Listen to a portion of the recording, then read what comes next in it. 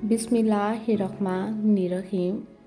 अस्सलामुअलैकुम वरहमतुल्लाहि वबरकातुहू। यकीन एक ऐसी ताकत है जिस पर इस दुनिया का वजूद कायम है। आप में से किसी ने अल्लाह को देखा है? नहीं ना। लेकिन कोई ये सोच सकता है कि जब मैंने अल्लाह को देखा ही नहीं तो क्यों यकीन करूं कि वो है। सोच इस तक जाती ही नहीं, क्योंकि इस दुनिया का वजूद खुद ही कायम नहीं हुआ। एक हस्ती ऐसी मौजूद है जिसके कब्ज़ा कुदरत में इस कायनात का निज़ाम है, और यही यकीन हमें जन्नत के रास्ते पर चलाता है। दोस्तों, अब अगर आप देखें कि दुनिया में बहुत से मज़ाहिब हैं और इन मज़ाहिब को मानने वाले अपनी अपनी जगह यकीन के सफ़र पर गामज़न हैं।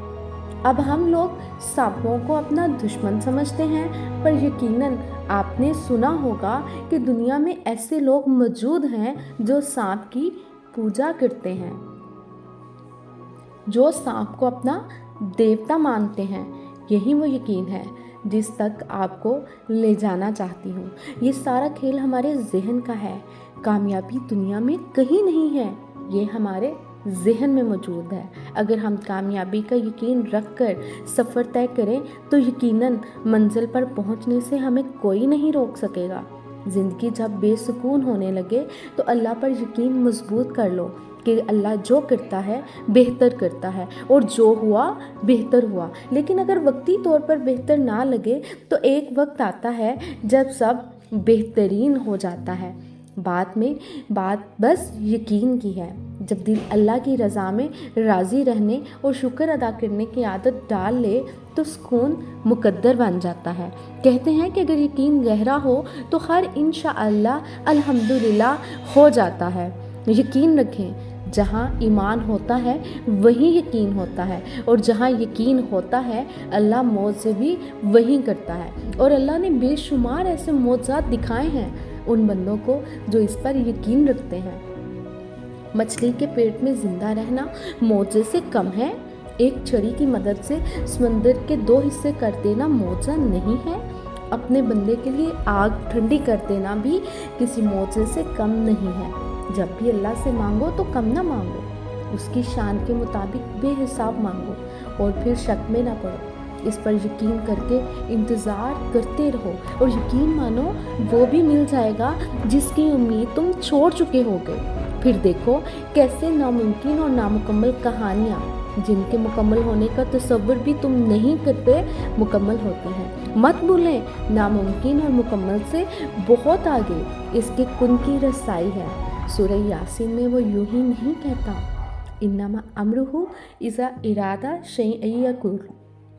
शैअन यक़ूलु लहु कुन फ़यकुन। जब वो किसी चीज़ का इरादा फरमा ले तो कहता है कि कुन हो जा, तो वो हो जाती है। सारा काम बस इस कुन फ़यकुन का है। और जब वो अपने बंदे का यकीन देखता है तो इरादा कर ही लेता है। इसके लिए तो कुछ भी नामुमकिन नहीं है। वो हर चीज़ पर कुदरत रखता है, वो हर चीज़ पर कादिर है। फिर वो फैसले भी तुम्हारे हक में सुना देता है। वो फिर तुम्हें तुम्हारी मंजिल तक खींच लाता है। जिसने दोनों जहां समेट रखे हैं वो तुम्हें कैसे बिखरने दे सकता है। जब दुनिया तुम्हें गिरा देती है तो वो संभाल लेता है, और यूं बहादुर बनाता है कि फिर कोई भी तुम्हें गिरा नहीं सकता। और जब अल्लाह ने फरमा दिया कि दुआ पहाड़ों को अपनी जगह से सिरका सकती है, और कबूलियत का शक और नाकामी का खौफ फिर कहाँ रह जाता है।